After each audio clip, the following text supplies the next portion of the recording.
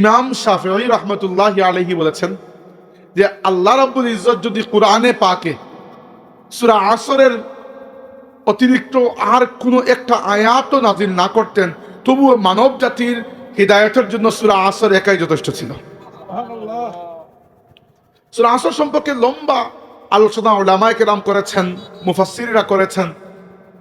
এত লম্বা আলোচনার প্রথমত আমার যোগ্যতাও নাই, দ্বিতীয়ত হচ্ছে রাত অনেক হয়ে গেছে, তৃতীয়ত হচ্ছে আমি নিজে একটু ক্লান্ত। আমি গতকালকে সকালে গিয়েছিলাম ঢাকায়, আজকে আসছি, এসে মাহফিলে চলে আসছি, ক্লান্তি লাগছে। তো চেষ্টা করবো সূরা আসর মোটামুটি এতটুকু পর্যন্ত কভার করতে, যে কি জন্য এটাকে হেদায়েতের এত গুরুত্বপূর্ণ উৎস উলামায়ে কেরাম বলেছেন, সেটি যেন আমরা বুঝতে পারি। দুই নম্বর একটা জরুরি বিষয় বলতে ভুলে গেছি।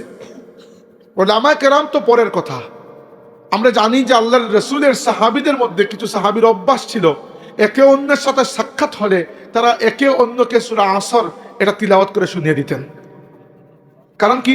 কারণ মানব জাতির আসল চাওয়া হচ্ছে হিদায়াত, আর যে সূরাটি আমাদের হিদায়াতের সবচেয়ে সংক্ষিপ্ত অথচ পরিপূর্ণ একটা সিলেবাস, সেটি তারা একে অন্যকে স্মরণ করিয়ে দিতেন। প্রথমত আমার কথারও একটু ব্যাখ্যা প্রয়োজন যে মানব জাতির সবচেয়ে প্রয়োজনীয় জিনিসটা হিদায়াত কি জন্য। দেখেন, প্রথমত হিদায়াত হচ্ছে এমন একটা নিয়ামত, যে নিয়ামত অন্য নিয়ামতের সাথে লাগলে ওই নিয়ামতটা নিয়ামত হয়, নইলে ওই নিয়ামত নিয়ামত হয় না। উদাহরণস্বরূপ, টাকা পয়সা একটা নিয়ামত, কিন্তু টাকা পয়সার সাথে যদি আল্লাহ হিদায়াত না দেন, এই টাকা পয়সাকে আপনি কোন জায়গায় খরচ করবেন বুঝতে পারতেছেন? মানে এই টাকা পয়সা বেপথে খরচ হবে, এতে কোনো সন্দেহ নেই। যেটা আল্লাহ নিয়ামত হিসাবে দিয়েছিলেন, কিয়ামতের দিনে আপনি বুঝতে পারবেন যে আসলে নিয়ামত নয়, এটা আযাব ছিল। কারণ এই টাকা পয়সা না থাকলে এত খারাপ কাজে ফান্ডিং করা সম্ভব হইতো না, যত খারাপ কাজে দুনিয়াতে কেউ একজন করে এসেছে। এবং এটা এজন্য করেছে যে টাকার নিয়ামত তো ছিল, সাথে হিদায়াতের নিয়ামত ছিল না। ক্ষমতা আল্লাহর নিয়ামত, ক্ষমতা আল্লাহর নিয়ামত। যাকে আল্লাহ ক্ষমতা দেন সে এমন সকল কাজ করতে পারে যেগুলো আমার মতো ক্ষমতাহীনরা করতে পারে না। কিন্তু এই ক্ষমতার সাথে যাকে আল্লাহ হিদায়াত দেন না, সে কিন্তু ফেরাউন হয়ে ওঠে, সে কিন্তু ফ্যাসিস্ট হয়ে ওঠে। ফ্যাসিস্ট কি জন্য হয় মানুষ? যে ক্ষমতা তো আল্লাহ দিয়েছেন, কিন্তু হিদায়াত তৌফিক হয় না, এজন্য ফ্যাসিস্ট হয়ে গেছে। স্বাস্থ্য আল্লাহর নিয়ামত, নিয়ামত না?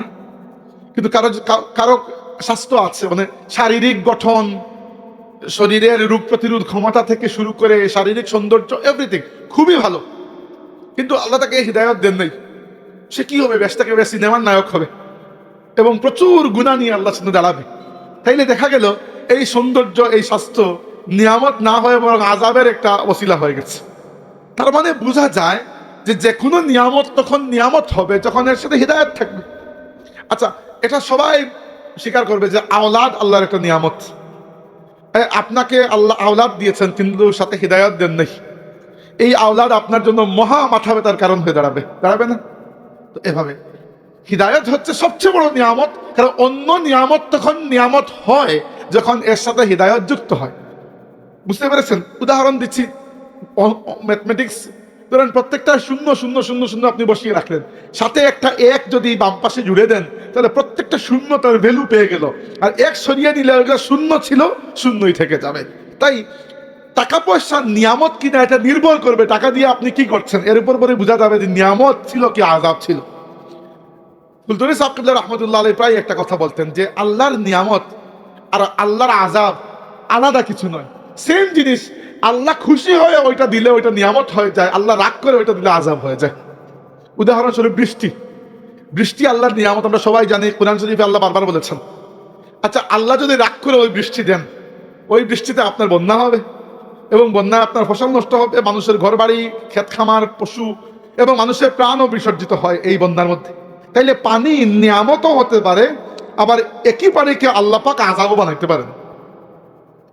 আগুন আল্লাহর নিয়ামত, সন্দেহ ছাড়া।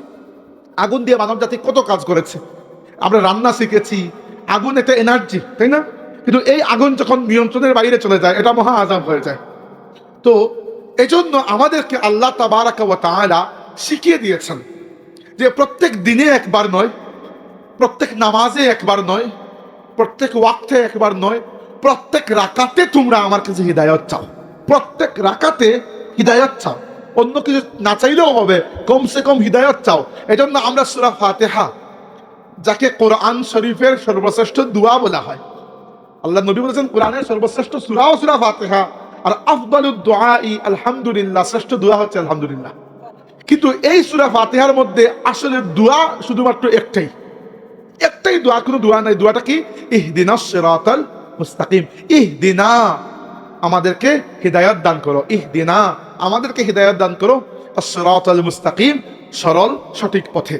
তাইলে বোঝা গেল যে হিদায়াত আমাদের জন্য দরকার কিনা? দরকার। 2 নম্বর হচ্ছে আল্লাহ পাক অন্য তামাম নিয়ামত আমাদেরকে যেভাবে দিয়েছেন, হিদায়াত সেইভাবে দেন নাই। হিদায়াত দেওয়ার পদ্ধতিটাও কেউ আল্লাহ স্পেশাল করেছেন। কিভাবে? উদাহরণস্বরূপ আল্লাহ তাবারাকা ওয়া তাআলা মানব সৃষ্টি করেছেন। আদম আলাইহিস সালামকে আল্লাহ তাবারাকা ওয়া তাআলা নিজের কুদরতের হাত দিয়ে বড় মায়া করে, বড় দয়া করে সৃষ্টি করেছেন। এরপরে আল্লাহ সৃষ্টির একটা পদ্ধতি চালু করে দিয়েছেন। বাকিদেরকে আল্লাহ এরকম নিজের কুদরতের হাত দিয়ে বাঁধান নাই। বাকি মা বাবার বিয়ে হয়, সন্তান হয়, মা বাবার বিয়ে হয়, সন্তান হয়, আল্লাহ একটা পদ্ধতি নির্ধারণ করে দিয়েছেন। এরপরে দেখেন উদাহরণস্বরূপ ইলম, জ্ঞান আল্লাহর পক্ষ থেকে আল্লাহ দিয়েছেন, কিন্তু জ্ঞান এরকম নয় যেভাবে হিদায়াত দিয়েছেন।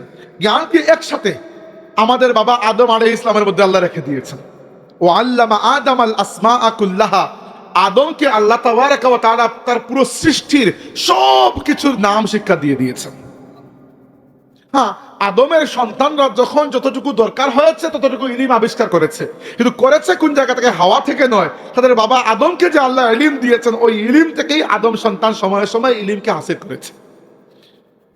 এরপরে আরো অন্যান্য কিছু, যেমন সূর্য, চন্দ্র, এই পৃথিবী, এই সবগুলোকে আল্লাহ তাবারাকা ওয়া তাআলা একবারে সৃষ্টি করেছেন। মানে যখন সৃষ্টি করার ইচ্ছা পোষণ করেছেন, আল্লাহর সৃষ্টি 2 প্রকার, 2 ভাগে আল্লাহ সৃষ্টি করেছেন।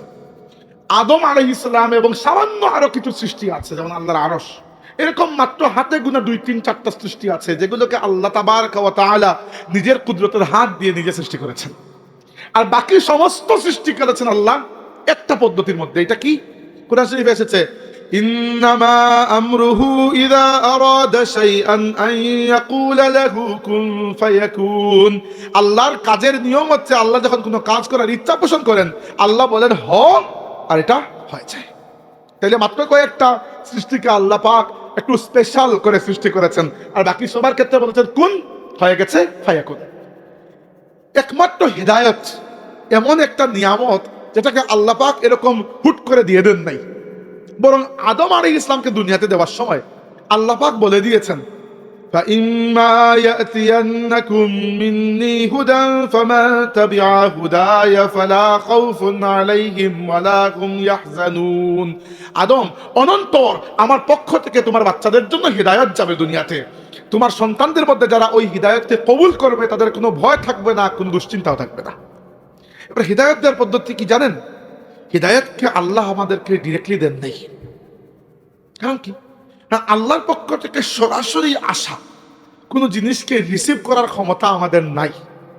আল্লাহর দেওয়ার ক্ষমতা আছে, আমাদের নেওয়ার ক্ষমতা ডিরেক্টলি নাই। এজন্য হেদায়েত যেহেতু আল্লাহ পাক ওহীর মাধ্যমে দিয়েছেন, তাই আল্লাহ তার বান্দাদের মধ্য থেকে 1,24,000 বান্দাকে তার নবী হিসাবে আল্লাহ পাক নির্ধারণ করেছেন। আর এই নবীদের মর্যাদাকে আমাদের চাইতে বহুগুণ বাড়িয়ে দিয়েছেন, যে তাদের রিসিভ করার ক্ষমতাটা বেড়ে যায়। এরপরে আল্লাহ তাদের কাছে হিদায়াত দিয়েছেন এবং তারা আমাদেরকে আল্লাহর হিদায়াত জানিয়ে দিয়েছেন। 1 2 নম্বর, আপনি বলতে পারেন 1,24,000 দরকার কি? একজনের কাছে দিলেই তো হইতো। আল্লাহ পারতেন, কিন্তু সমস্যা হচ্ছে যে একজনের কাছে দিয়ে দিলে সবকিছু, ধরেন আদম আলাইহিস ইসলামের কাছে আল্লাহ সব হিদায়াত দিয়ে দিয়েছেন, যা দেওয়ার। এতে কি হইতো? যে আদম আলাইহিস ইসলামের সময় মানব জাতি যে পর্যায়ে ছিল, একেবারে শুরুর সময়, মানব জাতির পক্ষে এত হিদায়াতকে বুঝাও তো সম্ভব নয়। একটা বাচ্চা ক্লাস 1-এ পড়ে, আপনি তাকে ক্লাস 10, 11, 12 অনার্স, মাস্টার্স সব কিছু, বিএ, এমএ সব সিলেবাস একসাথে দিয়ে দিলেন, যে বাবা 1 বছরে পড়ে সব শেষ করে ফেলো। সে পারবে না, কেন? তার মানসিক লেভেল এই পর্যন্ত না। তো মানব জাতির মানসিক বয়স যত বেড়েছে, আল্লাহ তত হিদায়াতকে পরিপূর্ণ করেছেন।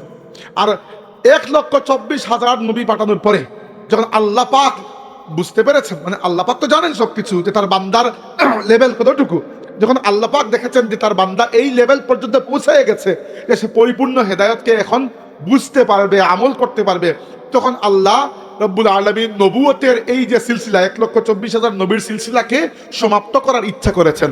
আর আল্লাহ ওই নবুয়তের সিলসিলাকে সমাপ্ত করেছেন যার মাধ্যমে তিনি হচ্ছেন আপনার আমার নবী, তাজদার কাউনাইন, ইমামুল আম্বিয়া, সরওয়ারে কাউনাইন, আল মুস্তাফা ওয়াল মুজতাবা, সাইয়্যিদুনা মুহাম্মাদুর রাসূলুল্লাহ সাল্লাল্লাহু আলাইহি ওয়াসাল্লাম।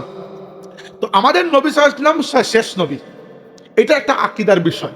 কিন্তু সাথে এটাও বুঝতে হবে আমাদের যে আমাদের নবী শুধু শেষ নবী নয়, আমাদের নবী হচ্ছেন সেই নবী যিনি নবুয়তকে পরিপূর্ণ করেছেন, খালি শেষ করার নেই।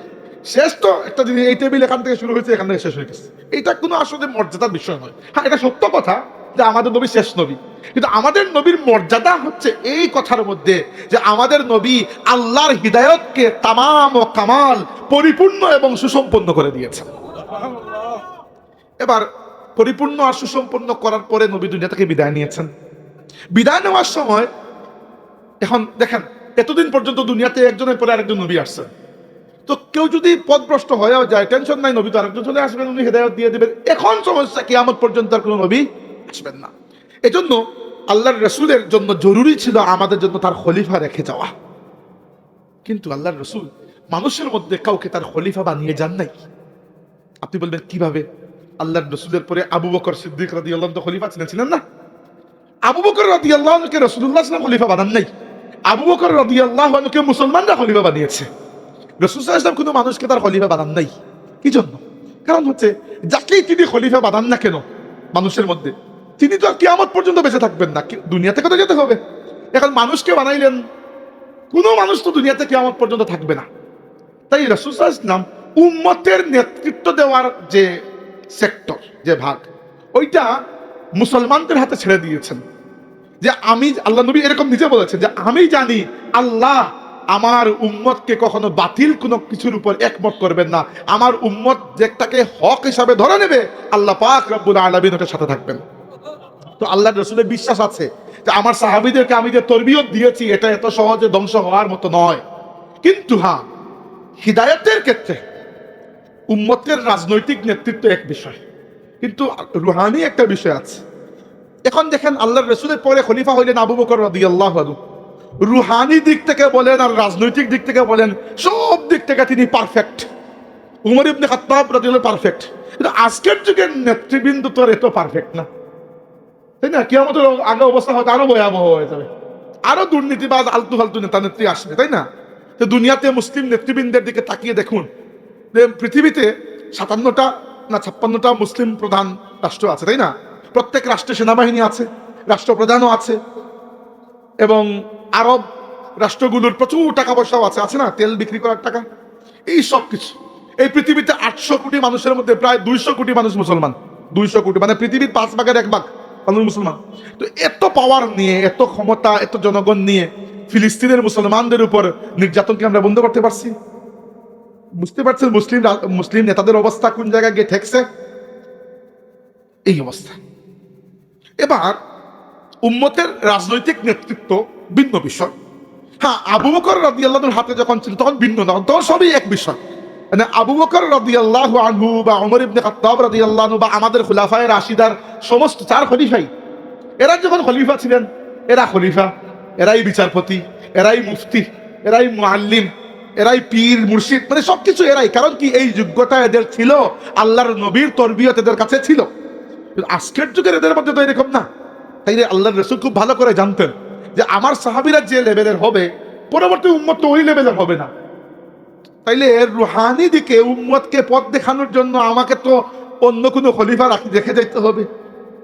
এজন্য একটা হাদিসে এসেছে, তারাকতু ফীকুম আমরাইন, তোমাদের জন্য আমি 2টা জিনিস রেখে যাচ্ছি, 2টা বিষয়। আরেকটা হাদিসে এসেছে, তারাকতু ফীকুম সাকালাইন, তোমাদের জন্য খুব ভারী ওজনদার 2টা বিষয় আমি রেখে যাচ্ছি। আর আরেকটা হাদিসে এসেছে, তারাকতু ফীকুম খলিফাতাইন, আমি তোমাদের জন্য হে আমার উম্মত আমার 2 খলিফা রেখে যাচ্ছি। খলিফা মানে কি? যাকে পেছনে রেখে যাওয়া হয় তিনি হচ্ছেন খলিফা। তো আমি তোমাদের জন্য 2 খলিফা রেখে যাচ্ছি। খলিফা কি কি? এই 2 খলিফার নাম আল্লাহ নবী বলেছেন। একটা হচ্ছে কিতাব আল্লাহ, আল্লাহর কিতাব কোরআন, প্রথম খলিফা। আর 2 নম্বর সুন্নাত রাসূলিহি, আল্লাহর রাসূলের সুন্নাত। কারণ কি? কারণ এই দুইটা কিয়ামত পর্যন্ত ধ্বংস হবে না, থাকবে। কোনো মানুষ আসলে সে মৃত্যুবরণ করবে, কুল্লু নাফসিন যায়কাতুল মাউত। তাই উম্মতের রাজনৈতিক নেতৃত্ব প্রথমে তো সাহাবীদের হাতে ছিল, খলিফাদের হাতে ভালো ছিল। আস্তে আস্তে আস্তে আস্তে আমার আপনার মতো মানুষ দুনিয়াতে চলে আসছে। তো রাজনৈতিক নেতৃত্ব যদি উম্মতের একটু দুর্বল হয়েও যায়, হিদায়তের এই যে যাত্রাটা আল্লাহ নবী চান নাই এটাতে যেন কোনো ধরনের আলতু ফালতু মানুষের হাতে আমি পরবর্তীতে গিয়ে পড়বে, কার না কার হাতে, তাই কোনো মানুষের উপর নয়। আল্লাহর রাসূল ভরসা করেছেন আল্লাহর কিতাব এবং নবীর সুন্নতের উপরে। কারণ কিয়ামত পর্যন্ত সব উম্মত যদি আবু বকর সিদ্দিক হইতেন তাহলে তো টেনশনই ছিল না। একজন নেতা হইলেই হইল, কারণ তিনি রুহানি নেতাও তিনি, জিসমানি নেতাও তিনি। কিন্তু আমাদের সময় আসতে আসতে দেখা যায় এটা আর নাই, এই অবস্থা। এই জন্য আল্লাহর রাসূল কাকে খলিফা রেখে গেছেন কিয়ামত পর্যন্ত? তার রুহানি খলিফা হিসাবে কুরআনুল কারীম এবং আল্লাহর রাসূলের সুন্নাত। এবং কিয়ামত পর্যন্ত এই দুইটা উৎস থেকে উম্মত কিয়ামত পর্যন্ত হিদায়াত লাভ করতে থাকবে। এবার কুরআন শরীফ হিদায়াতের কিতাব, এতে কোনো সন্দেহ নাই। আল্লাহ কুরআন শরীফকে এক জায়গায় বলেছেন হুদাল্লিন নাস, পুরো মানব জাতির জন্য হিদায়াত। আরেক জায়গায় বলেছেন হুদাল্লিল মুত্তাকিন, মুত্তাকিদের জন্য হিদায়াত। আরেক জায়গায় বলেছেন বুশরা লিল মুসলিমিন, মুসলমানদের জন্য কোরআন সুসংবাদ। অনেক ধরনের বিশেষণ, অনেক ধরনের সিফত কোরআনের আছে। কিন্তু কোরআন শরীফ কিন্তু একেবারে ছোট কিতাব নয়। আল্লাহ পাক যে রাসূলদেরকে দুনিয়াতে পাঠিয়েছেন, এই রাসূলদেরকে কিতাব দিয়েছেন। কাউকে দিয়েছেন সহিফা, সহিফা মানে হচ্ছে পৃষ্ঠা, জাস্ট 1-2টা পৃষ্ঠা। কাউকে দিয়েছেন ছোট কিতাব, কাউকে দিয়েছেন বড় কিতাব। আমাদের সমাজে প্রচলিত আছে যে বড় কিতাব হচ্ছে 4টা, আসমানি বড় কিতাব 4টা, তাওরাত, জাবুর, ইনজিল, কোরআন। আসলে হিসাব করতে গেলে বড় কিতাব মূলত 2টাই, তাওরাত এবং কোরআন। ইনজিল এবং জাবুর আসলে এত বড় নয়। তো তাওরাতের মধ্যে কি ছিল? তাওরাত আল্লাহ কাকে দিয়েছেন? নবী মুসা আলাইহিস ইসলামকে। তাওরাতের মধ্যে ছিল শুধু শরীয়তের নিয়ম কানুন, যে এটা হালাল, এটা হারাম, এটা করতে পারবে, এটা পারবে না, এইগুলা। এরপরে আসলো জাবুর, নবী দাউদ আলাইহিস ইসলামের উপর। জাবুর অর্থ কি? ওই যে ভাষায় জাবুর নাজিল হয়েছে, ইব্রানি ভাষা, ওই ভাষায় জাবুর শব্দের সেই অর্থ যেটাকে আমরা আরবি ভাষায় হামদ বলি, হামদে বাড়ি তাআলা, মানে আল্লাহর প্রশংসা। জাবুর কিতাবটার মধ্যে প্রায় পুরোটাই শুধুমাত্র আল্লাহর প্রশংসায় ভরা, আল্লাহর হামদ। এই জন্য নবী দাউদ আলাইহিস ইসলাম যখন জাবুর তিলাওয়াত করতেন, কুরআন শরীফে এসেছে পানি থেকে মাছ আর আসমান থেকে পাখি এবং গাছপালা ঝুঁকে তার সাথে আল্লাহর হামদে মগ্ন হয়ে যেত, এবং তার কণ্ঠও খুব সুন্দর ছিল। আচ্ছা, এরপরে ঈসা আলাইহিস ইসলামের উপর আসলো ইনজিল। এত ঠান্ডা পড়ছে যে ইনজিল কিতাবের মধ্যে, ইনজিল কিতাব নাযিল হয়েছে ঈসা আলাইহিস ইসলামের উপর। ইনজিল কিতাবের মধ্যে কি আছে? ইনজিল কিতাবের মধ্যে মূলত তাওরাত যে কিতাব, ওই কিতাবের মধ্যে আল্লাহ যে আদেশগুলো দিয়েছিলেন এগুলো একটা ব্যাখ্যা আছে, যে আদেশ কেন দিয়েছে। আর 2 নম্বর, ইনজিল শব্দের অর্থ হচ্ছে সুসংবাদ। ইনজিলের মধ্যে নবী ঈসা আলাইহিস ইসলাম সুসংবাদ দিয়েছেন যে আমার পরে দুনিয়াতে আখিরি নবী তাশরীফ নিয়ে আসবেন। এবার একটা জিনিস চিন্তা করে দেখেন, তাওরাত কিতাবের মধ্যে শরীয়তের নিয়ম কানুন ছিল, কোরআনের মধ্যে আল্লাহ শরীয়তের নিয়ম কানুনও দিয়েছেন। জাবুর কিতাবের মধ্যে আল্লাহর হামদ ছিল, কোরআনের মধ্যে সেই হামদ আল্লাহ দিয়েছেন, দেন নাই? আপনি সূরা হাশরের শেষ আয়াতগুলো পড়ে দেখুন, হুয়াল্লাহুল্লাযী লা ইলাহা ইল্লা হুয়াল মালিকুল কুদ্দুসুস সালামুল মুমিন, এগুলো আল্লাহর প্রশংসা না? আচ্ছা, এরপরে ইনজিল কিতাবের মধ্যে ভবিষ্যতের সুসংবাদ ছিল, জান্নাতের সুসংবাদ। কোরআনের মধ্যে জান্নাতের সুসংবাদ, সবকিছু আছে। মানে তাওরাত, জাবুর, ইনজিল এই সবগুলার হেদায়াতকে আল্লাহ কোরআন শরীফের মধ্যেই দিয়ে দিয়েছেন। এজন্য দেখবেন কোরআনের মধ্যে যারা আরবি পারেন খেয়াল করে পড়বেন, কোরআন শরীফে তাওরাতকে, ইনজিলকে, এই ধরনের কিতাবকে বলা হচ্ছে হুদা। হুদা মানে হিদায়াত। এইটা, এই শব্দটা নাকেরা, নাকেরা বুঝেন? নাকেরা হচ্ছে অনির্দিষ্ট, অনির্দিষ্ট। আর কোরআন শরীফকে হুদা বলা হয় না, বলা হয়েছে আল হুদা, হুয়াল্লাযী আরসালা রাসূলাহু বিল হুদা। আলিফ লাম, আলিফ লাম লাগাইলে কি হয়? নির্দিষ্ট হয়ে যায়। ইংরেজি যারা পড়ছেন বুঝতে পারবেন, আর্টিকেল যে আমরা ব্যবহার করি এ এবং এন, এই দুইটা আর্টিকেল অনির্দিষ্ট, আর দি এই আর্টিকেলটা নির্দিষ্ট। তো ওই তাওরাত, ইনজিল, জাবুর ওইগুলাও হিদায়াত, তবে অন্যতম, মানে অনেক হিদায়াতের মধ্যে একটা। তাওরাত একটা, ইনজিল একটা, জাবুর একটা। আর কোরআন শরীফ হচ্ছে চূড়ান্ত হিদায়ত, যার মধ্যে আদম থেকে নিয়ে ঈসা আলাইহিস ইসলাম পর্যন্ত এই রাসূলুল্লাহ সাল্লাম পরে বাকি সমস্ত নবীকে আল্লাহ যত হিদায়ত দিয়েছেন, তার মধ্যে যে হিদায়তগুলোকে আল্লাহ নিজেই পরবর্তীতে অ্যাব্রোগেট করে দিয়েছেন, সেগুলো ব্যতীত বাকি তামাম হিদায়তকে আল্লাহ কোরআন শরীফের মধ্যেই দিয়ে দিয়েছেন।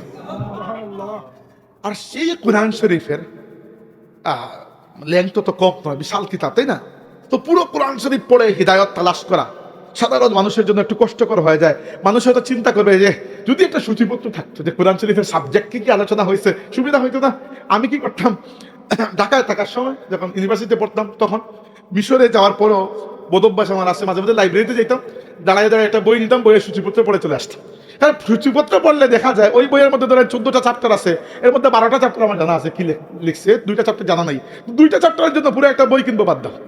এই অভ্যাস আমার ছিল, সূচি পড়তাম। আমরা তো সূচিপত্র পড়ি। তো ধরেন কোরআন শরীফ তো হিদায়তের কিতাব, কাহিনীর কিচ্ছা কাহিনীর কিতাব তো নয়, যদিও কোরআন শরীফের বেশিরভাগই কিচ্ছা কাহিনী, নবীদের কাহিনী, সত্য কাহিনী। কিন্তু এই কাহিনী আল্লাহ কি জন্য দিয়েছেন? আমাদেরকে একটা উদাহরণ দিয়ে শেখানোর জন্য। আর নবীদের জীবন সর্বোচ্চ সর্বশ্রেষ্ঠ উদাহরণ। কিন্তু কোরআন শরীফ যেহেতু হিদায়তের কিতাব, এই হিদায়তের আলোকে আল্লাহ কি কি আলোচনা করেছেন, কিভাবে হিদায়ত লাভ করতে পারি, জান্নাত পেতে পারি, জাহান্নাম থেকে মুক্তি লাভ করতে পারি, এটার যদি একটা সূচি থাকতো ভালো হইতো না?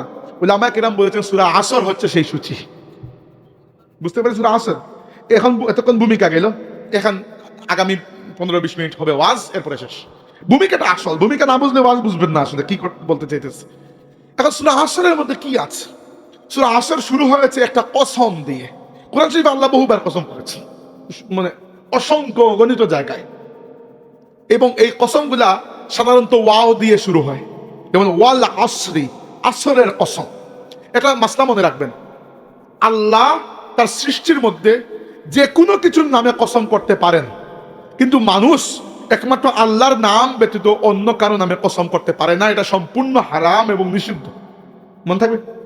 উদাহরণস্বরূপ, আল্লাহ তার সৃষ্টির মধ্যে যে কোনো, আল্লাহ বলছে ওয়াস শামসু, সূর্যের কসম, ওয়াস সামা, আসমানের কসম। আল্লাহ বলেছেন ওয়ান নাজমু, ওয়ান নাজমি ইজা হাওয়া, কসম তারকার। তো আল্লাহ তার সৃষ্টির মধ্যে অনেক কিছুর নামে কসম করেছেন, এটা আল্লাহ পারেন।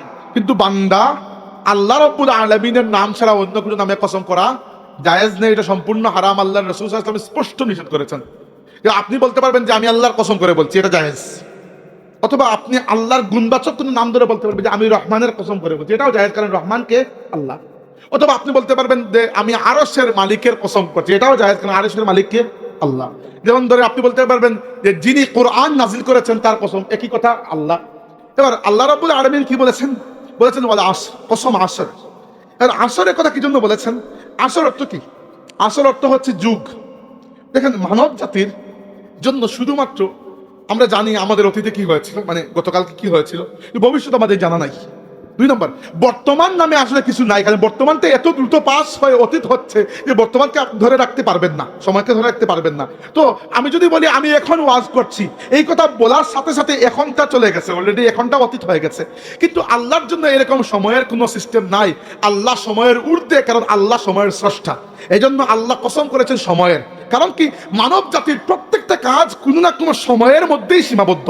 মানে আমি অতীতে কোনো কাজ করেছি, অথবা বর্তমানে করছি, অথবা ভবিষ্যতে করব, এই 3 কাল ছাড়া আপনি কোনো কাজ করতে পারবেন? এমন কোনো কাজ দুনিয়াতে ক্রিয়া আছে যেটা 3 কালের মধ্যে কোনো একটা কাজের সাথে সীমাবদ্ধ নয়? পাবেন না আপনি। হয় আপনি ভাত খাইছেন, নইলে খাচ্ছেন, নইলে খাবেন, এই 3টাই তো। তো আল্লাহ পাক আমাদেরকে কসম করে দিয়েছেন যুগের। কি জন্য? আল্লাহ রাব্বুল আলামিনের জন্য সময়ের কোনো কনসেপ্ট নাই, আল্লাহ নিজের সময়ের স্রষ্টা। তাই আল্লাহ দেখছেন আমাদের অতীত কি, বর্তমান কি, আর ভবিষ্যৎটা কি হবে। এই জন্য আল্লাহ রাব্বুল আলামিন কসম করেছেন এমন একটা বিষয়ের, সময়ের, যার উপরে আল্লাহ ছাড়া কারো নিয়ন্ত্রণ নাই। এত বড় কসম করে আল্লাহ কি বললেন? বললেন ইন্নাল ইনসানা লাফি খুসর। ইন্না মানে নিশ্চয়ই, আল ইনসান তামাম মানব জাতি, পুরো মানব জাতিটা, লাফি খুসরিন নিশ্চয়ই অনেক ধরনের ক্ষতির মধ্যে পড়ে আছে। না, আল্লাহ কসম করে বলছেন পুরো মানব জাতি নানা ধরনের ক্ষতি এবং লোকসানের মধ্যে পড়ে আছে। এর মধ্যে দুনিয়াবি ক্ষতি একটা, আর সবচেয়ে বড় ক্ষতি হচ্ছে আখিরাতে যে ব্যক্তি ক্ষতির সম্মুখীন হবে সে সবচেয়ে বড় ক্ষতির সম্মুখীন।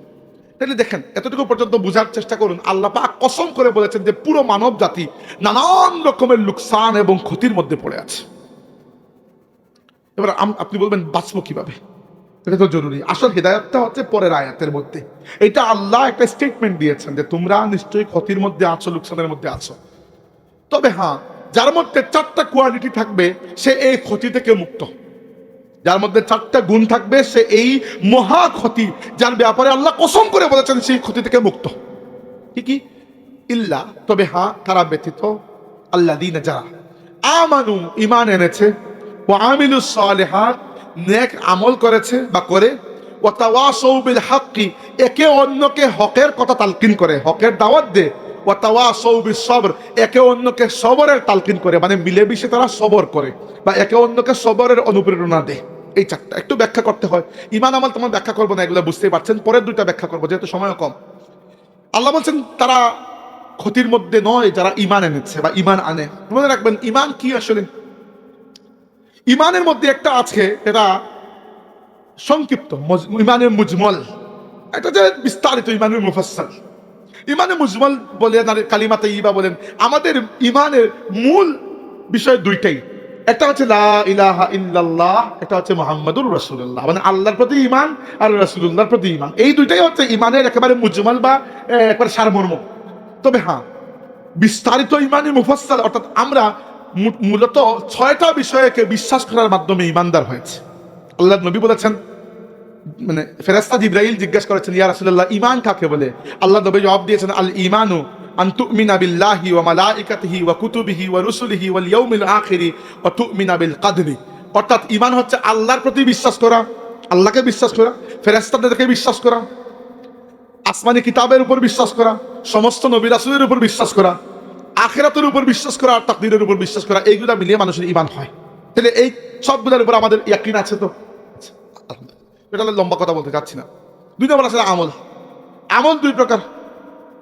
এক প্রকার আমল হচ্ছে যেগুলোকে আল্লাহ ফরজ করেছেন, আরেক প্রকার আমল হচ্ছে যেগুলোকে আল্লাহ ফরজ করেন নাই। যেগুলোকে ফরজ করেছেন সেগুলোকে আল ফারাইদ বা ফরজ সমূহ বলা হয়। যেমন ফরজ সমূহের মধ্যে কি কি আসে? 5 ওয়াক্তের নামাজ আছে, রমজানের রোজা আছে, যার সামর্থ্য আছে তার উপর যাকাত আসে ফরজ, যার সামর্থ্য আছে তার জন্য হজ। ধন্যবাদ। তাইলে এইগুলো হচ্ছে ফরজ। এরপরে যেগুলো আল্লাহ ফরজ করেন নাই সেরকম ইবাদত, যেগুলোকে একসাথে নওয়াফিল বলা হয়, মানে নফলের সমষ্টি। এই নফলের মধ্যে আবার ক্যাটাগরি আছে। যে নফলগুলোকে, মানে যে ফরজের অতিরিক্ত যে ইবাদতকে আল্লাহর নবী খুবই গুরুত্ব দিয়ে করেছেন, এগুলোকে আমরা সুন্নাহ বা সুন্নত বলি। এরপরে নফল অন্যান্য মুস্তাহাব ইবাদতগুলো আসে, এগুলো নিয়ে কথা বলতে চাচ্ছি না। আমল, নেক আমল কি সবার মোটামুটি ধারণা তো আছে। ওকে, এবার আসুন পরের 2টা, এগুলো গুরুত্বপূর্ণ, আজকের প্রেক্ষাপটে এগুলো অনেক গুরুত্বপূর্ণ। এবার দেখেন 3 নম্বরটা আল্লাহর নবী কি বলেছেন? ওয়া তাওয়াসাউ বিল হক। তাওয়াসাউ শব্দটা এসেছে ওয়াসিয়াতুন শব্দ থেকে, ওসিয়ত করা। তাওয়াসাউ বিল হক মানে হচ্ছে পরস্পর পরস্পরকে হকের কথা বলে। এই যে একটু আগে নবুয়তের কাহিনী বলে আসলাম আমি, যে নবুয়ত কিভাবে আল্লাহ দিয়েছে 1,24,000 ইত্যাদি ইত্যাদি। আমাদের আগের উম্মতের একটা সুবিধা ছিল, নিজে আমল করলেই দায়িত্ব শেষ, ইসলাম প্রচারের দায়িত্ব তাদের উপর নয়, কারণ নবী তো আছেন। একজন নবী দুনিয়া থেকে বিদায় নিলেই আরেকজন নবী আসতেছেন।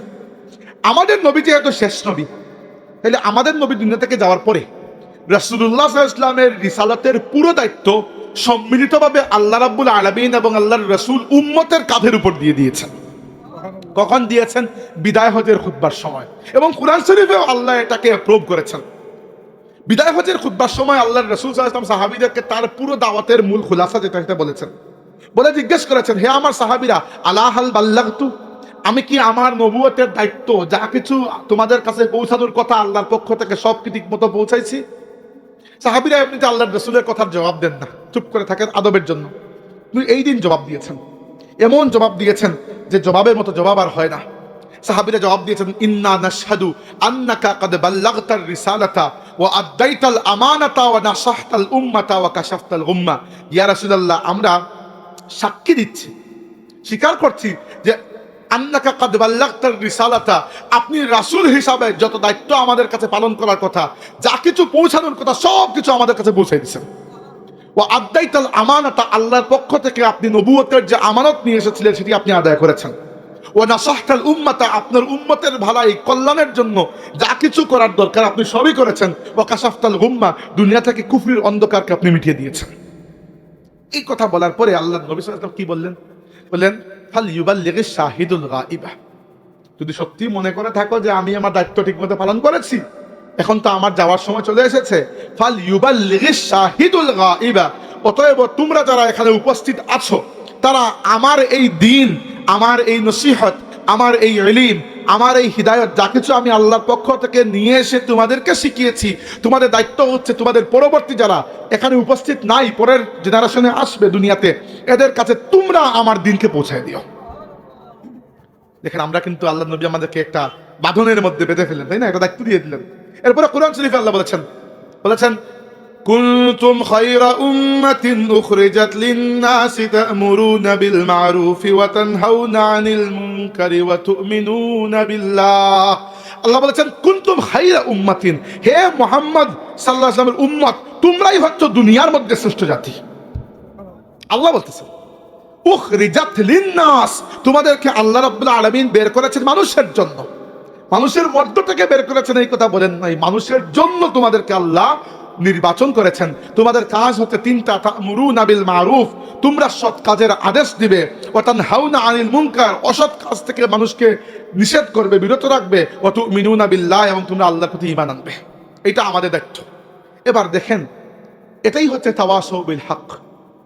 আপনার কাছে হক আছে, আপনার কাছে দ্বীন ইসলাম আছে, আপনার কাছে আল্লাহর কিতাব কুরআন আছে, আল্লাহর রাসূলের দেওয়া হিদায়াত আছে, তার মানে হক তো আপনার কাছে।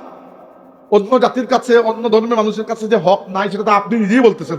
আপনি তো বলতেছেন আল ইসলাম হাক্কুন ওয়াল কুফরু বাতিলুন, বলেন না আপনি? তাহলে আপনার কাছে হক আছে, আর হক আপনি বগলের সিপাই নিয়ে বসে আছে, মানুষকে দেন না। এটা কি হইতে পারে? হইতে পারে না। মানে আমাদের দায়িত্ব হচ্ছে সারা পৃথিবীর মানুষের কাছে আল্লাহর দ্বীন ইসলামকে পৌঁছে দেওয়া। এটাকে আল্লাহ তাওয়াসউ বিল হক বলেছেন। আপনি বলবেন যে ভাই, আমার তো এত জ্ঞান নাই, আমি মানুষের কাছে কি পৌঁছাবো?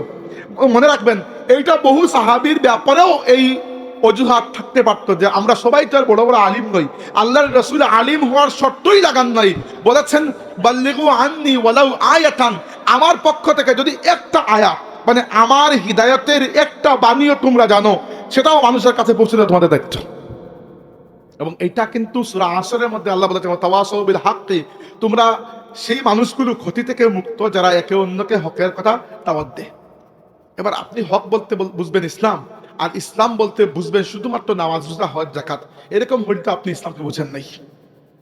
যদি মনে করেন ইসলাম বলতে কাউকে শুধুমাত্র নামাজের কথা বলা, হজের কথা, জাকাতের কথা বলা, অথবা ওয়াজ মাহফিলে এসে শুধুমাত্র আপনি জান্নাতের নিয়ামতের কথা আর জাহান্নামের আযাবের কথা বলে গেলেন। জান্নাতের নিয়ামতও সত্য, জাহান্নামের আযাবও সত্য, এইগুলো সম্পর্কে ওয়াজ করাও জরুরি। কিন্তু পুরো ওয়াজ, সমস্ত ওয়াজ, যাবতীয় ওয়াজ, বছরের প্রত্যেকটি ওয়াজে খালি আপনি আখিরাতের, জান্নাতের আর জাহান্নামের কথা বলতেছেন। ইসলাম কি আপনাকে দুনিয়া ছেড়ে দিতে বলেছে? ইসলাম কি দুনিয়াকে ত্যাগ করে সন্ন্যাসী হয়ে যাওয়ার কথা বলেছে?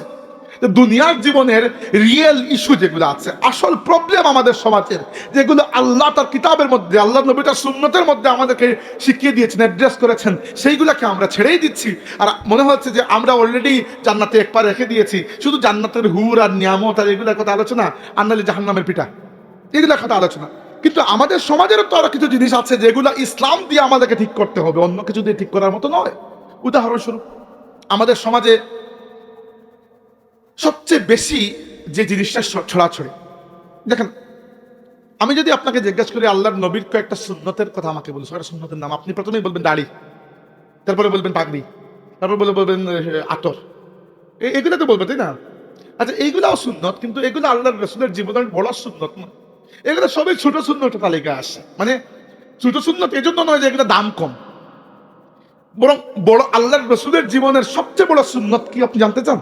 যে আল্লাহর নবীর সবচেয়ে বড় সুন্নত, যেটি সারাটা জিন্দেগি আল্লাহর রাসূল পালন করেছেন, এক মুহূর্তের জন্য এই সুন্নতকে আল্লাহর রাসূল বাদ দেন নাই, সেই সুন্নত হচ্ছে, এবং আমাদের নবীর জীবনের সবচেয়ে বড় সুন্নত হচ্ছে তিনি জীবনেও কখনো একটাও মিথ্যা কথা বলেন নাই। এর চেয়ে বড় সুন্নত কিছু হতে পারে? জীবনে কখনো তিনি মিথ্যা কথা বলেন নাই। আর আমাদের সমাজে অর্ধেক কাজ কাম মিথ্যার উপর টিকে আছে, তাই না? মিথ্যার ছড়াছড়ি আমাদের সমাজে। আমাদের আদালতে মিথ্যা, এটা নিয়ে আমি কথা বলি, অনেক জায়গা বলেছি, এখানেও বলছি। আমাদের আদালতে মিথ্যা সাক্ষী দেওয়া হয়, একে অন্যের উপর মিথ্যা মামলা দেওয়া হয়, একে অন্যকে পেরেশান করার জন্য কারো উপর মিথ্যা অপবাদ দেওয়া হয়। ইসলামে যতটা গুনাহকে কবিরা গুনাহ বলা হয়েছে, এর মধ্যে একটা গুনাহ হচ্ছে কারো উপর মিথ্যা অপবাদ দেওয়া।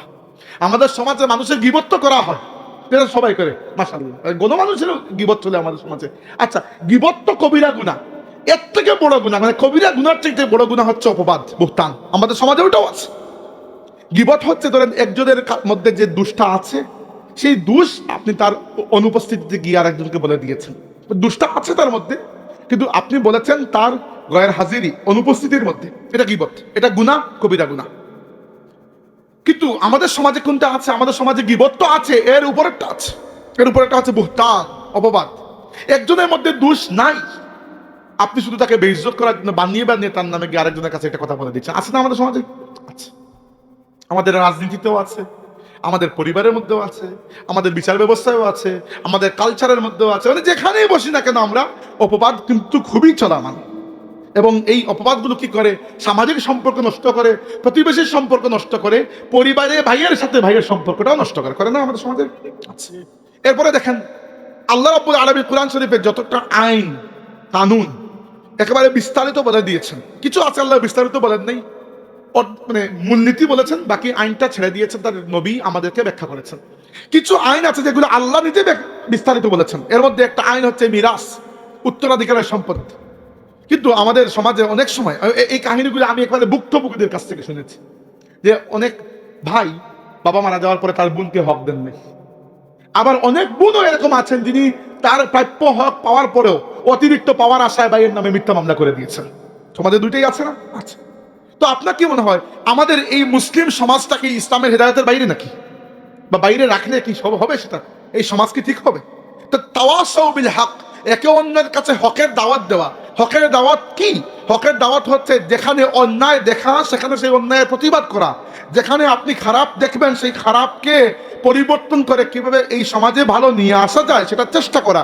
এর জন্য শুধুমাত্র সরকার বা কয়েকজন আলিম উলামার দিকে চেয়ে থাকলে হবে না। মনে রাখবেন, আপনার সমাজে যদি মাদক ছড়ায়, সেই সমাজ তার ইসলামী সমাজ থাকে না, অন ইসলামিক সমাজ হয়ে যায়। তার মানে এই সমাজে তাওয়াসাউ বিল হক এর হক আদায় হচ্ছে না। আপনার সমাজে যদি একজন নারীর জন্য সমাজটা নিরাপদ না হয়, যে একজন নারী, একটা মেয়ে স্কুলে যাচ্ছে আর ছেলেরা রাস্তায় দাঁড়িয়ে যা ইচ্ছা কথাবার্তা বলছে ওই মেয়েকে কেন্দ্র করে, আপনি দেখেও কিছু বলছেন না, কারণ আপনি মনে করছেন আমার তো মেয়ে না, সমস্যা কি? তাহলে এই সমাজে তাওয়াসাউ বিল হক হইল না। আপনি দেখছেন একটা সমাজে এমন কিছু মানুষ আছে যারা মানে তাদের বাবা মায়ের সাথে চূড়ান্ত খারাপ আচরণ করে, তাও পাবলিকলি। আপনি দেখছেন, আপনি মুরব্বী, এলাকার গণ্যমান্য মানুষ, আপনি দেখছেন একটা ছেলে দিনকে দিন রাতকে রাত তার মা বাবার সাথে খারাপ আচরণ করে, মা বাবার হক আদায় করে না। এবং আপনি চাইলে পারেন একটা বিচার বসিয়ে ছেলেটাকে বুঝাতে, চাপ দিতে বা কোনো একটা কিছু, তবুও আপনি কিছু করছেন না। এলে তাওয়াসাউ বিল হক কি হইল? এরপরে আপনি সারাদিন যদি তাসবিহ মারেন, আপনি কি তাওয়াসাউ বিল হকের হক আদায় করতে পেরেছেন? তার মানে আপনি কিন্তু ক্ষতি থেকে মুক্ত নয়। কারণ ক্ষতি থেকে মুক্ত হওয়ার জন্য তাওয়াসাউ বিল হক সত্য। মনে রাখবেন, এই তাওয়াসাউ বিল হক, একে অন্যকে হকের ওসিয়ত করা, এটা শুধু আলিম উলামার দায়িত্ব নয়। কুনতুম খায়রা উম্মাতিন, আমরা আল্লাহ আমাদেরকে শ্রেষ্ঠ উম্মত বানিয়েছেন, আমরা প্রত্যেকেই জিম্মাদার। আর প্রত্যেককে তার জিম্মার ব্যাপারে, তার দায়িত্বের ব্যাপারে কিয়ামত দিন আল্লাহ জিজ্ঞেস করবেন। আপনার সমাজের যে অনৈসলামিক কাজ দেখবেন, দয়া করে এটার প্রতিবাদ করবেন, দয়া করে এটার প্রতিবাদ করবেন।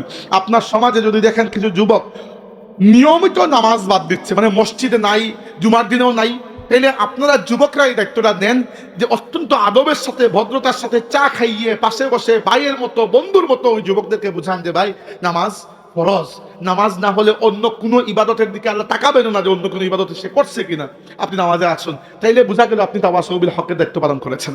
আপনার সমাজে প্রচন্ড সুদের ছড়াছড়ি, আপনার বাজারে প্রতারণার ছড়াছড়ি, আর ওদিকে আপনার মসজিদে মুসল্লির অভাব নেই। তো বোঝা গেল মুসল্লি খালি ইমান এবং আমলের হক আদায় করতেছেন, তাওয়াসাউ বিল হক এইটার হক আদায় করতেছেন না। কিন্তু আল্লাহ এই চারটাকেই শর্ত ধরেছেন যে তোমরা যদি জাহান্নামের ক্ষতি থেকে, হাসরের আখিরাতের ক্ষতি থেকে, লোকসান থেকে, বরবাদি থেকে, আল্লাহর আযাব থেকে, গজব থেকে বাঁচতে চাও, কমপক্ষে চারটা দায়িত্ব পালন করতে হবে। একটা হচ্ছে ঈমান আনতে হবে, যেটা আপনারা সবাই এনেছেন মাশাআল্লাহ। নেক আমল করতে হবে, আমি আশা করি আপনারা সবাই নেক আমলদার, কারণ নেক আমলদার না হইলে তো রাত্রে আসতেন না। এই দুইটার ব্যাপারে আমি নিশ্চিত। 3 নম্বরটা কি? তাওয়াসাউ বিল হক। মুসলমানরা, আমার ভাইয়েরা, বুজুর্গরা, চাচারা যারা এখানে আসেন, আল্লাহর ওয়াস্তে কসম করে আমি বলছি, তাওয়াসাউ বিল হক এইটা প্রত্যেকের দায়িত্ব। এটা খালি আলিম উলামা আর পুলিশের দায়িত্ব নয় যে পুলিশ এসে বিচার করবে আর বিচারক বিচার করবে। আপনার সমাজের দায়িত্ব নিন। সমাজের মধ্যে অন্যায় অবিচার দেখলে কথা বলুন, সমাজকে ঠিক করার চেষ্টা করুন। মাদক সমাজের মধ্যে প্রচলিত থাকলে সেই মাদকের বিরুদ্ধে আপনি কথা বলুন। একজন, দুইজন, তিনজন করে কথা বলতে বলতে পুরো দেশের মানুষ একসময় কথা বলতে শুরু করে, তাই না? কিন্তু প্রথমে এক দুইজনকে বলতে হয়। শেষ কথা বলে শেষ করছি, তাওয়াসাউ বিস-সবর। একটা হচ্ছে একে অন্যকে হকের দাওয়াত দেওয়া, হকের ওসিয়ত করা, আরেকটা হচ্ছে একে অন্যকে সবরের ওসিয়ত করা। কেন এটা জরুরি? কারণ আপনার কি মনে হয়, আপনি যখন হক কথা বলবেন সমাজে দাঁড়িয়ে, সবাই কি আপনাকে মহব্বত করবে? সবাই কিন্তু করবে না। সবাই করার তো কথা হতো না। ওই সময়ে যদি দেখা যায় এক ধাক্কায় আপনার সব জুস বেরিয়ে গেছে, আপনি আজ নিয়ত করেছে যে এখন থেকে হক কথা বলবো, হকের পথে থাকবো, ইসলামের পথে থাকবো, অন্যায় দেখে প্রতিবাদ করব, মানুষকে কল্যাণের দাওয়াত দিব। পরের দিন কেউ একজন আপনাকে একটা কটু কথা, বাজে কথা বললো, আপনার সব জুস নেমে গেল, আপনি আর সবরও করতে পারলেন না, অথবা অতিরিক্ত উত্তেজিত হয়ে মানুষের উপর অ্যাটাক করে গিয়ে বসলেন। তাহলে আপনি আর দিনের দাওয়াতি পথে কাজ করতে পারবেন, বা সমাজের নেতা হতে পারবেন, রাজনীতি করতে পারবেন? কিছুই তো করতে পারবেন না। আপনার যদি মিজাজ এরকম থাকে যে কোথায় কোথায় উত্তেজিত হয়ে মানুষের উপর রেগে অগ্নিশর্মা হয়ে মেরে মাথা ফাটিয়ে দেন, অথবা আপনার যদি মানসিক অবস্থা এত দুর্বল থাকে যে কেউ একবার গালি দিলে, সমালোচনা করলে আপনার সব জুস চলে যায়, তাহলে আপনি কি ওয়াজ করবেন? মাঝে মধ্যে আমার কিরকম হয় যে আমার বক্তৃতা কোনো অংশ বা পুরো বক্তৃতা অনলাইনে যায়, তো দেখা যায় কারো পক্ষে গেছে কারো বিরুদ্ধে। তো যে সময় যার পক্ষে যায় তিনি আমার ফ্যান হয়ে যান, আর যার বিপক্ষে যায় তিনি গালি দিয়ে অস্থির। তো দেখা যায় প্রায় সময় রাজনৈতিকভাবেও কোনো বক্তব্য দিলে যে এক দলের গলায় মালা পড়লে আরেক দলের লেজের মধ্যে পা পড়ে। তো আবার দেখা যাচ্ছে পরের দিন উল্টা। এবং এই হক বলতে খালি মনে করবেন না যে দুই চারটা আমলের কথা। হক বলতে ইসলামী নিজামে জিন্দেগি, ইসলামের যে পুরো সামাজিক, রাজনৈতিক, অর্থনৈতিক, পারিবারিক, সাংস্কৃতিক সিস্টেম, যেটা যে দিন মোহাম্মদুর রাসূলুল্লাহ সাল্লাল্লাহু আলাইহি ওয়াসাল্লাম আমাদের জন্য রেখে গিয়েছেন, সেই পুরো দিনের দাওয়াত দে। আর 4 নম্বর হচ্ছে দিনের পথে, হকের পথে চলতে গিয়ে যখন কোনো বাধা বিপত্তি আসে, তখন সে হুট করে ময়দান ছেড়ে পালিয়েও যায় না, আবার মানুষের উপর এটাকও করে না, বরং সবর করে। কারণ প্রাথমিক অবস্থায় দ্বীনি দাওয়াতের ক্ষেত্রে যদি আপনার মধ্যে সবর না থাকে, আপনি আগাইতে পারবেন না। এক সময় দেখা যাবে আপনি অনেক বড় হয়ে গেছেন, তখন মানুষ এত কথাবার্তা বলবে না, কিন্তু এক সময় মানুষ চাইবে আপনাকে দমিয়ে রাখতে। হকের কথা বললে পারিবারিকভাবে আপনার উপর প্রেশার আসবে, সামাজিকভাবে আসবে। দেখা যাবে 2 দিন পরে বিয়েরই দাওয়াত পাইতেছেন না, আকিকার দাওয়াত পাইতেছেন না, মিলাদের দাওয়াত পাইতেছেন না, কত ঝামেলা। কিন্তু এরপরেও যদি সবর করে আপনি হকের পক্ষে থাকেন, এক সময় আপনি এই সমাজের পরিবর্তনকারী হবেন, এবং আপনি মৃত্যুর পরও কিয়ামত পর্যন্ত মানুষ চোখের পানি দিয়ে, দোয়া দিয়ে আপনার কথা ইয়াদ রাখবে। আল্লাহ পাক আমাদেরকে হকের কথা বলার, হকের পথে চলার, হককে হক হিসাবে জানার, বাতিলকে বাতিল হিসাবে জানার এবং পরিত্যাগ করার, এবং সবরের এই তালকিন একে অন্যকে করার তৌফিক দান করুন। এবং আল্লাহ আমাদেরকে জাহান্নামের চূড়ান্ত ক্ষতি থেকে মুক্ত করে জান্নাতের চূড়ান্ত লাভ আমাদেরকে দান করুন। আমরা বলি আমিন।